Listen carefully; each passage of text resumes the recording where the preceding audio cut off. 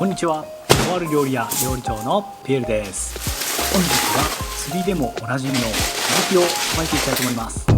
このチャンネルは普段お客様には見せない厨房の仕込み風景を週1回投稿してますので、よかったらチャンネル登録をお願いします。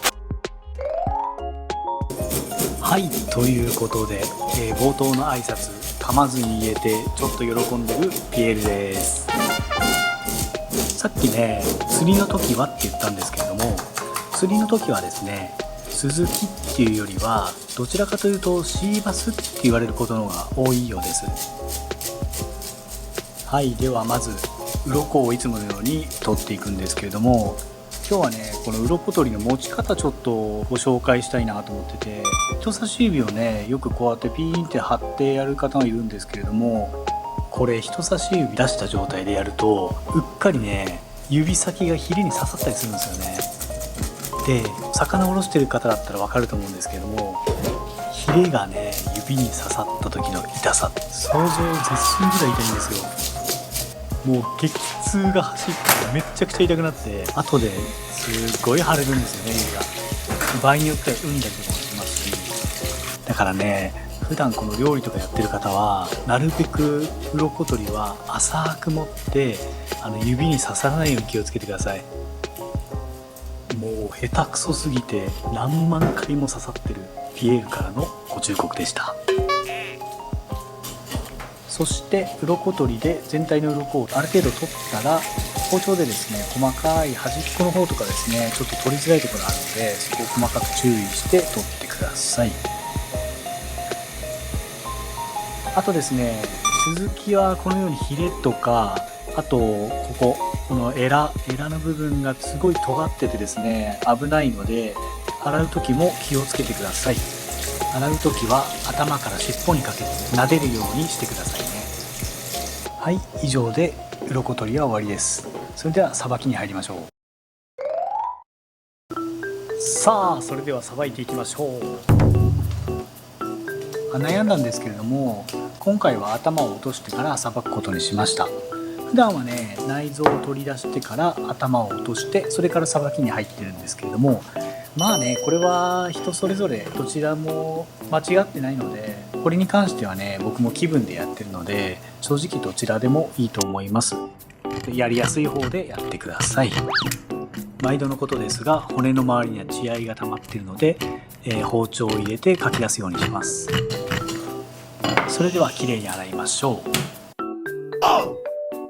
はい、では三枚おろしにしていきましょう。体の構造はいわゆるマダイとかそういったオーソドックスな魚とほとんど一緒なので、さばき方も特に変わったところはないです。スズキの特徴的なことといえば、有名なんですけれども、出世魚と呼ばれていることですね。体のサイズによって呼ばれ方が違います。地域によって呼ばれ方が違うそうなんですが、一番初め小さい頃はセイゴなんて呼ばれてまして、最終的にはスズキと呼ばれるようになります。出世魚の代表的なところで言えばブリが挙げられますね。ワラサから最終的にブリになるという、スズキにしてもブリにしてもどちらの魚も大きくなるにつれて脂身が多くなり旨味も増しますので、一般的には大きいサイズの方が高級魚と言われています。そういった意味でも出世魚と言われているのではないでしょうか。これに関してはその食べる人の好みにもよりますので、例えばブリとワラサだったらブリの方が絶対に美味しいんだっていうわけでもないですし、ワラサはワラサでさっぱりしていたりとか焼き物に向いていたりとか、その魚によって特徴がありますので、一概にはどちらがうまいかとは言い切れません。人間社会でもあるじゃないですか。その人が出世してるからって全てが下の人間より優れてるかって言われるとそうではないじゃないですか。ブリの立場になっても謙虚で痛いものですね。話が脱線しましたね。失礼しました。あとはスズキの食べ方なんですけども、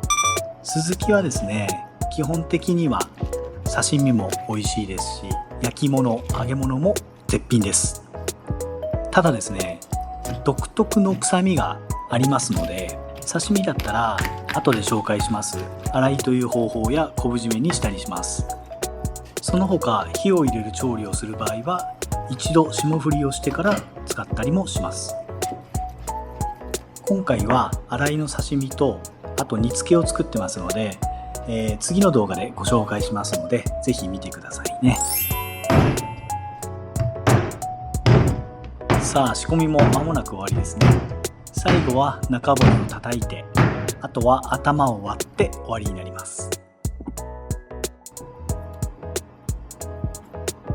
タイの頭に比べたらスズキの頭は柔らかいんですかね。今回小ぶりだったっていうのもあったので頭は比較的割りやすかったです。ただね、僕今手首痛めてるので正直ちょっとしんどかったです。